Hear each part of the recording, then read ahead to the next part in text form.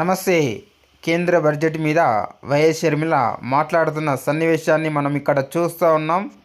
ఈ రోజు BJP party, కేంద్ర ప్రభుత్వంలో ఉన్న బీజేపీ పార్టీ బడ్జెట్ ప్రవేశపెట్టడం జరిగింది. ఈ బడ్జెట్ అనడం కంటే దీన్ని ఎన్నికల మేనిఫెస్టో అనడమే కరెక్ట్ కాబోలు. ఎన్నికల మేనిఫెస్టో అయితే ఏది పడితే అది చెప్పొచ్చు, ఏ వివరాలు లేకుండా చెప్పొచ్చు, ఏ హామీ అయినా ఇవ్వచ్చు. కానీ బడ్జెట్ అయితే నంబర్స్ తో కూడింది, డీటెయిల్స్ ఇస్తూ, నంబర్స్ చెప్తూ, టైం ఫ్రేమ్ చెప్తూ చేయాల్సింది బడ్జెట్. మరి బీజేపీ పార్టీ ప్రవేశపెట్టిన ఈ బడ్జెట్ ఎన్నికల మేనిఫెస్టోను తలపిస్తుంది. 4 అంశాలు మాత్రమే మాట్లాడారు ఆంధ్ర రాష్ట్రం గురించి. వీటిల్లో బడ్జెట్ ప్రవేశపెట్టక ముందు చంద్రబాబు గారు 1,00,000 కోట్ల రూపాయలు ప్రతి సంవత్సరము మాకు అవసరం ఉంటుంది వివిధ ప్రాజెక్టులకి అని చెప్పారు. అసలు చంద్రబాబు గారు ఆ 1,00,000 కోట్లు అన్న ఫిగర్ కి ఎలా వచ్చారో మాకైతే అర్థం కాలేదు. బికాస్ ఆంధ్ర రాష్ట్రం ఏర్పడిన రోజున విభజన చట్టంలో ఉన్న అన్ని హామీలను ఆర్థికంగా లెక్కేస్తే వాల్యూ కడితే కనీసం 12 లక్షల కోట్ల నుంచి 15 లక్షల కోట్ల వరకు విలువ చేస్తుంది. కానీ చంద్రబాబు గారు ఇవేవి పట్టించుకోకుండా 1,00,000 కోట్లు 5 సంవత్సరాలకు 5 లక్షల కోట్లు అని వాల్యూ కట్టినట్టుంది. చంద్రబాబు గారేమో 1,00,000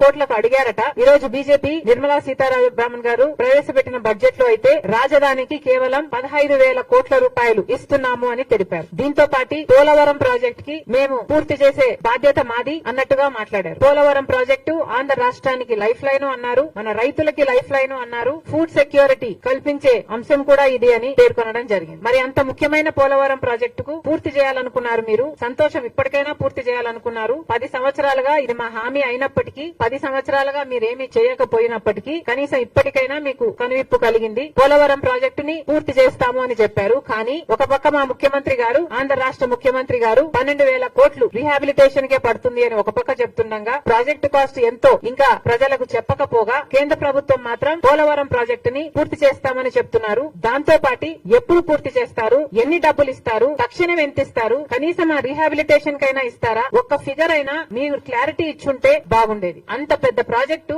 మీరే అంటున్నారు లైఫ్ లైన్ అని, మీరే అంటున్నారు ఫుడ్ సెక్యూరిటీ కలిగించేది అని. మరి అంత ముఖ్యమైన ప్రాజెక్ట్ కి ఈ అంబిగ్విటీ ఎందుకో, ఇంత వేగ్ గా దీన్ని ఎందుకు మీరు హ్యాండిల్ చేశారో మాకైతే అర్థం కావటం లేదు. దీని తర్వాత కర్నూలు దగ్గర ఒక ఇండస్ట్రియల్ హబ్, కొప్పర్తి దగ్గర ఇంకొక ఇండస్ట్రియల్ హబ్ మీరు సహకరిస్తామని చెప్పారు. దానికి సంబంధించి డబ్బులు ఇస్తామని అన్నారు. కానీ అవి కూడా ఎంత ఇస్తారో స్పష్టం చేయలేకపోయింది బీజేపీ పార్టీ. అంటే మీరు డబ్బులు ఇస్తాము ఇండస్ట్రియల్ డెవలప్మెంట్ కోసం అని చెప్తూనే ఎన్ని డబ్బులు ఇస్తారో చెప్పకపోతే అది మేము ఏమనుకోవాలి? అంటే రోడ్లకు, పైప్ లైన్లకు మీరు ఇస్తున్న డబ్బు 500 కోట్ల, లేకపోతే ఇన్ఫ్రాస్ట్రక్చర్ కూడా కలుపుకొని 5,000 కోట్ల, మీరు ఏం మాట్లాడుతున్నారు మాకైతే క్లారిటీ లేదు. అందుకే అంటున్నాం బడ్జెట్ అంటే అంకెలకు సంబంధించిన విషయం. కానీ ఎక్కడా మీరు అంకెలు ఇవ్వకుండా వేగ్ గా దీనికిస్తాం దానికిస్తాం అని కబుర్లు చెప్పినట్టుగా ఉంది ఎన్నికల మేనిఫెస్టో లాగా. ఇంకా గ్రాంట్స్ ఇస్తాం వెనుకబడిన ప్రాంతాలకి, ఉత్తరాంధ్రకైతేనేమి, రాయలసీమకైతేనేమి, ప్రకాశంకైతేనేమి గ్రాంట్స్ ఇస్తామని చెప్పారు. అది కూడా ఎప్పుడు ఇస్తారు, ఎంత ఇస్తారు, ఏ ప్రాంతానికి ఎంత ఇస్తారు, ఒకటైనా క్లారిటీ ఉందేమో, కనీసం టీడీపీకైనా జనసేనకైనా క్లారిటీ ఉందేమో